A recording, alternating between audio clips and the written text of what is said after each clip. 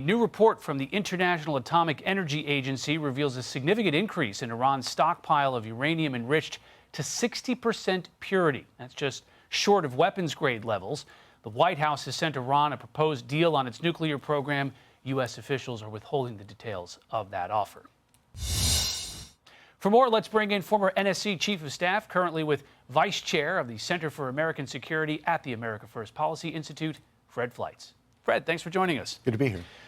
You see the increase in enriched uranium. This is something that Iran tends to do, especially when it comes to negotiations. And we've seen this movie before, right?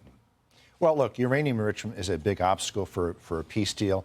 Iran claims it has the right to enrich uranium under the Nuclear Non-Proliferation Treaty, and that is, its uranium enrichment is entirely peaceful. But before the Obama administration, neither Republican or Democratic presidents would let Iran enrich uranium, nor would Western leaders, because it's so easy to use peaceful enrichment to make weapons. And also, there was all kinds of intelligence in the 90s and the early 2000s of nuclear weapons activities by Iran. Now, Trump pulled out of a terrible nuclear deal that Obama agreed to that let Iran enrich uranium. And as a result, Iran's uranium enrichment surged during the Biden administration. As of February of this year, Iran could enrich enough uranium for one weapon in a week, 14 weapons in 4 months. But with this new report, those numbers are even higher. So clearly, Iran can't be allowed to enrich as part of a peaceful program. What the Trump administration is saying, we'll let you have a peaceful program, but you'll import fuel rods for your nuclear reactors. I think it's a pretty good deal. Do you think that that's going to be enough to get this done? Iran has been insistent that they maintain their own enrichment program. They're not going to give it up. But do you think that that's the way of getting in between it? Well, it's interesting. The Saudis have warned the Iranians over the weekend, you better agree to a deal because airstrikes by Israel and probably the United States are coming. I think the Iranians came into the Trump administration thinking they could talk President Trump and his team into a fake temporary deal that will let it keep enriching uranium and they could claim this as peaceful. Fortunately, President Trump hasn't fallen for that. I don't think we're going to get a deal. I think we're going to move to very tough sanctions, and then we'll see what else. You saw what just happened in Ukraine there, turning to the war between Russia and Ukraine. Ukraine striking very deep into Russian territory, destroying these bombers. Do you think that we're going to see more of this? Ukraine is really innovative when it comes to drone warfare. Well, it is, but it's responding to an enormous escalation in the war by Putin. Putin has shown no interest in a peace agreement. It's good that Russian and Ukrainian officials may be speaking tomorrow, but look, Putin wants things that will destroy the Ukrainian nation. He wants to put limits on their military, limits on the amount of military aid they could receive. He may want Zelensky to leave power.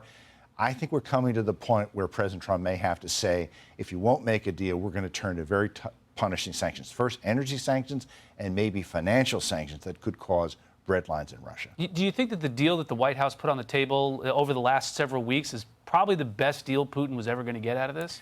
It is. And what Trump has to do is to make the case to Putin that the only way to get an agreement is to work with him. He can make a deal with Trump that will advance prosperity in Russia and stability that no other leader in the world seen, probably no other American leader will ever offer Putin.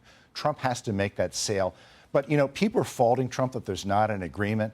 There isn't an agreement because President Biden left such an enormous disaster in Ukraine. His policies caused this war. It made it worse. And then Biden destroyed America's relationship with Putin. Remember once Biden compared Putin to Hamas. So these are things Trump has to get past to solve this. But if he can't solve it, this will be on Joe Biden. The president's been saying that in a couple of weeks we'll know. He's been saying for a couple of months, in a couple of weeks we'll know. How much time is realistically left before Congress is getting antsy? They want sanctions. And by Congress, I mean Republicans and Democrats. This is a bipartisan issue. How much time before do you think you really start to see the U.S. really turn towards the stick approach towards Russia? I think with both Iran and Russia, we're looking at about a month. Unlike previous administrations where adversaries are able to drag talks out with the U.S. indefinitely, Trump doesn't want to do that.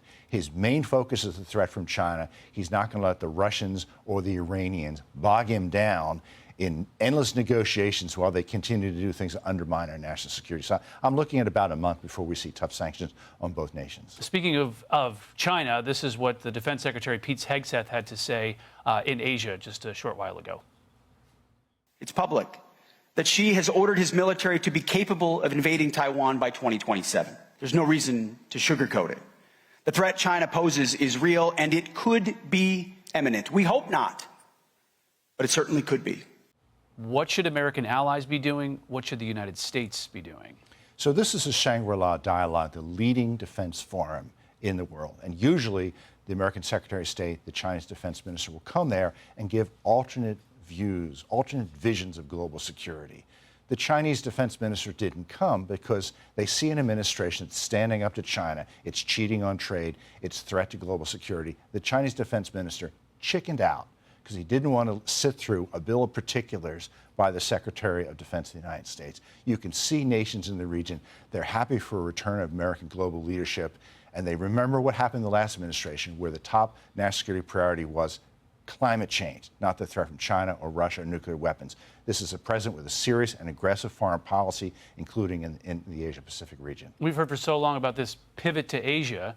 You still got problems in the Middle East, still got problems in Europe. Can we successfully put enough focus and attention on Asia? We're a great power that we can handle conflicts in various regions of the world, but it's absolutely clear that this administration is stocked full of China hawks. It sees China as the most serious threat to global security and American national security, which is one reason why Trump is not going to let himself get caught up with the Ukraine war and issues in the Middle East. His priority is a threat from China. Fred Fleitz, thanks for joining us. Good to be here. Hey everyone, I'm Emily Campagno. Catch me and my co-hosts Harris Faulkner and Kaylee McEnany on Outnumbered every weekday at 12 p.m. Eastern, or set your DVR. Also, don't forget to subscribe to the Fox News YouTube page for daily highlights.